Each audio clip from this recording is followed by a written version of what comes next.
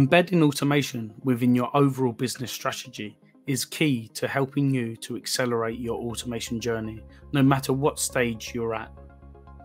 This can be achieved by putting people at the heart of this strategy, utilizing techniques such as human-centered design to gain consensus on this strategy across the business and various stakeholders. This is a technique used to democratize decision-making, remove the loudest voice in the room, and encourage creative thinking across a large group of people. And this can be achieved in a very short space of time.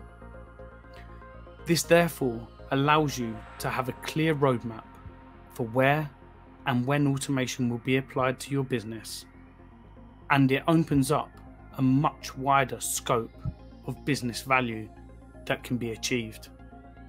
This helps to shift the focus from time and effort savings over towards improving customer experience through the automation of customer touchpoints and improving employee job satisfaction by removing repetitive, mundane tasks from their workload to allow them to do more value-add activities.